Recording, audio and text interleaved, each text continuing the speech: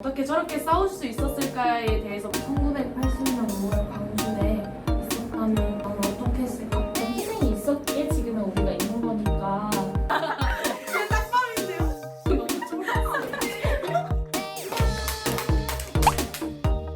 네, 오늘은 광주 민중항쟁 39주년을 맞아 대학생분들을 모셔봤습니다.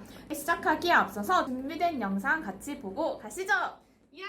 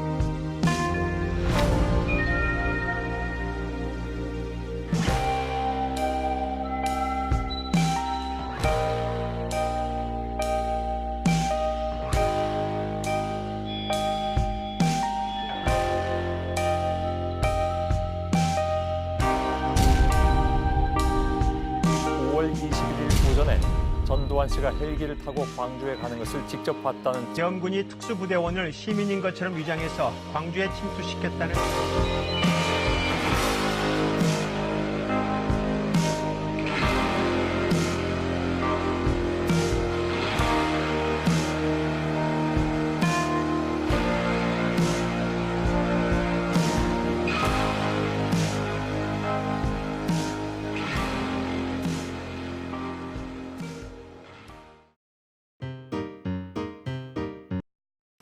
저는 당시 시민들의 민주화를 향한 염원이 생생하게 느껴졌어요. 저렇게 어린 학생들이 함께 했다는 것이 되게 놀라웠고, 저희가 이런 희생이 있었기에 지금의 우리가 있는 거니까 정말 감사한 마음이 드는 건 당연한 것 같아요. 저는 영상 보니까 광주 민중항쟁 당시는 제가 생각했던 것보다 훨씬 무섭고 두려운 상황이었던 것 같아요. 그리고 저는 올해 광주 순례를 다녀왔는데 망월동 묘역에서 정말 눈으로 셀 수도 없는 수많은 묘지들이 제 눈앞에 있으니까 약간 울컥하기도 하고 그러더라고요. 이거 영상 보면서 제가 광주 항쟁이 일어난 지 39년이 지났지만 광주 학살의 책임자인 전두환은 오히려 이거 왜 이래? 이러면서 떵떵거리며 잘 살고 있잖아요. 근데 제가 얼마 전에 김군이라는 영화를 봤는데 거기에서 이제 5월 당시 싸웠던 시민분들의 이야기가 나와요. 택시 운전사를 하고 계시고 그리고 트럭 운전사를 하고 계시고 세탁소를 운영하시면서 이렇게 하루하루 힘겹게 살아가고 계시거든요. 근데 전두환 같은 경우에는 그리고 파견됐던 사령관들 봤을 때는 되게 잘 살고 있는 것 같아가지고 되게 화가 많이 났던 것 같아요.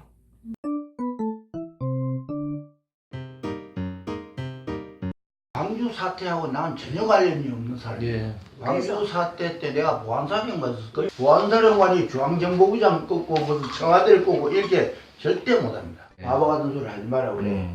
그때 어떤 놈이 충소라고 얘기하겠어. 국민들한테. 말도 안 되는 소리는 네, 최근에 김용장 씨랑 허정환 씨가 나와서 증언을 했던 게 있는데 이제 그때 나와서 하셨던 말씀이 이제 5월 21일 금남로에서 집단 발포가 있던 날 전두환이 광주에 내려왔었고 이제 발포 명령이 아닌 사살 명령을 내렸다라고까지 말을 했어요. 이제 이거 보면은 전두환이 광주 학살을 저지른 책임자라고 볼 수 있을 것 같아요. 5.18 연구 결론이 뭐냐면은 5.18은 북한 특수군 600명이 일으킨 게릴라 전쟁이다. 그거는 영웅이에요. 그 순발력과 용기가 아니었다면 진짜 이거는 말도 안 되는 소리죠. 뭐 당시 한반도 상공에 미국의 군사체포 위성이 있었다고 해요. 그 위성들이 북한과 광주를 직접적으로 정찰했다고 하는데 이런 이렇게 미국의 첨단 감시망을 피해서 북한군 무려 600명이 들어오는 것은 불가능했다고 볼 수 있죠. 이런 유언비어는 당시 편의대가 퍼뜨린 오보 중 오보입니다. 편의대가 혹시 그 전두환의 직접 지시를 받고 그 사복을 입은 군대를 말하는 건가요? 아, 네네, 맞아요.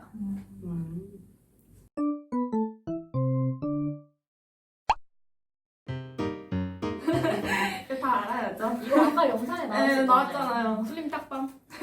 네, 하나, 둘, 셋. 오. 하나, 둘, 셋. 네, 정답입니다.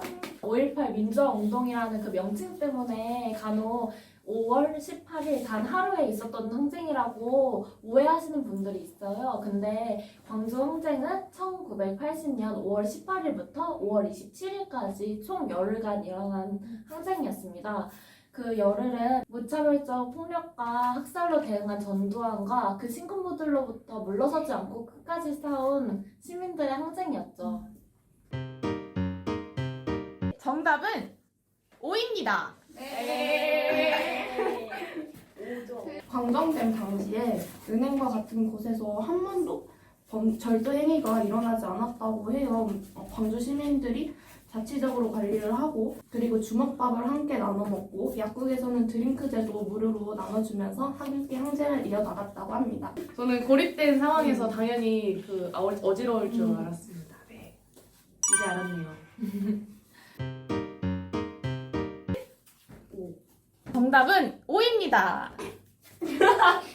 비웃으신 거죠? 아니요. 제가 비웃을 리가요. 네, 정확히 25일에 부산항에 미국의 항공모함이 들어왔었는데요. 이제 영화 화려한 휴가에도 나왔었죠. 맞아요. 이제 그때 당시에는 이제 광주 시민들이 미국이 자신들을 도와줄 거라고 생각하면서 이제 그 항공모함 들어온 거를 되게 좋아했다고 했었어요. 근데 미국이 이제 광주 시민들을 도와주려고 들어온 것이 아니라 항쟁이 전국적으로 퍼져나가는 것을 막기 위해서 들어왔던 걸로 알고 있습니다. 이제 미국이 광주로 군대를 보낼 수 있었던 것을 승인한 문서들이 또 있잖아요.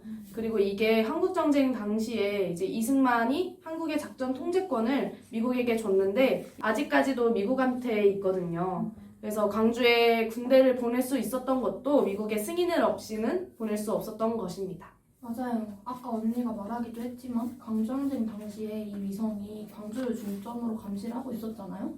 그러면서 정보 요원들이 모든 일들을 미국에 보고했다고 해요. 이런 모습들을 보면 미국은 우리를 보호해주는 수호자가 아니라는 걸 알 수 있죠.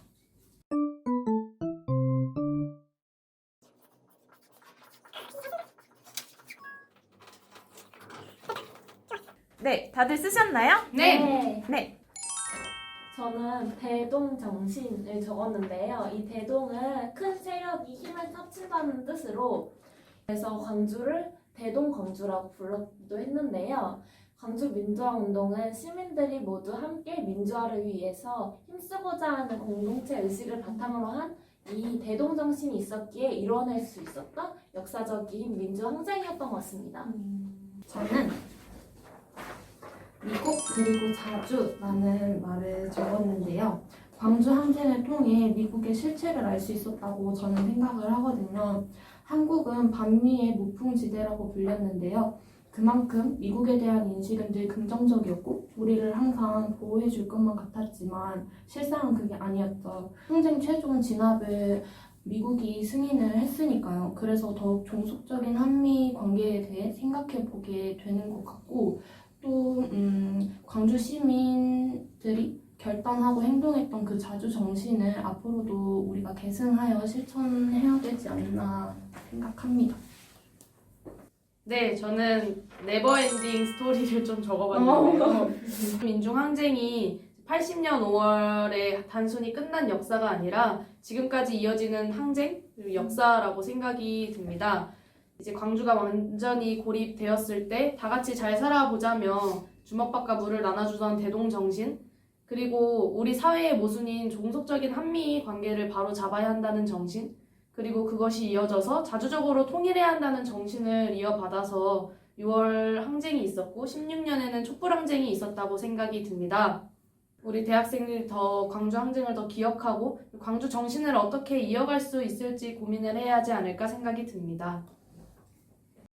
오늘 준비된 코너는 이제 마무리가 되었는데요. 그 이후에도 계속해서 기억하고 또 이 정신을 계승하기 위해서 함께 해주실 거죠? 네. 광주 민중항쟁 39주년 대학생들과 함께하는 시간은 여기서 마치도록 하겠습니다. 야!